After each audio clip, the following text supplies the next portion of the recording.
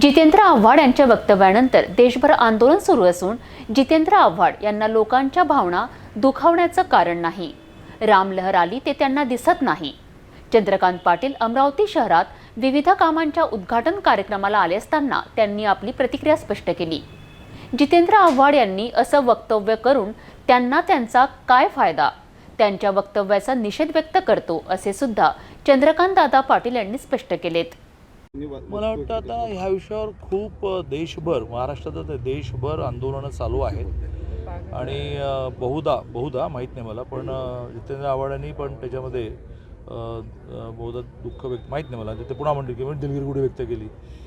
पण त्यांनी अशा प्रकारे लोकांच्या भावना दुखावण्याचं काही कारण नाही.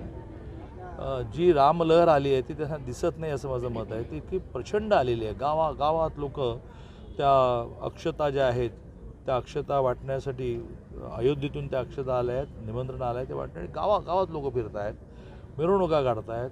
22 तारखेला दिवाळी आणि पाडव्यापेक्षा सुद्धा मोठी तयारी करत आहेत. लोक घरावर गुढ्या उभ्या करणार आहेत, लोक घरासमोर दिवे लावणार आहेत. अशा वेळेला हे म्हणण्यातून त्यांना काय बेनिफिट मिळणार आहे मला माहीत नाही, पण अत्यंत चुकीचं वाक्य आहे आणि त्याचा निषेध संपूर्ण देशभर चालला आहे.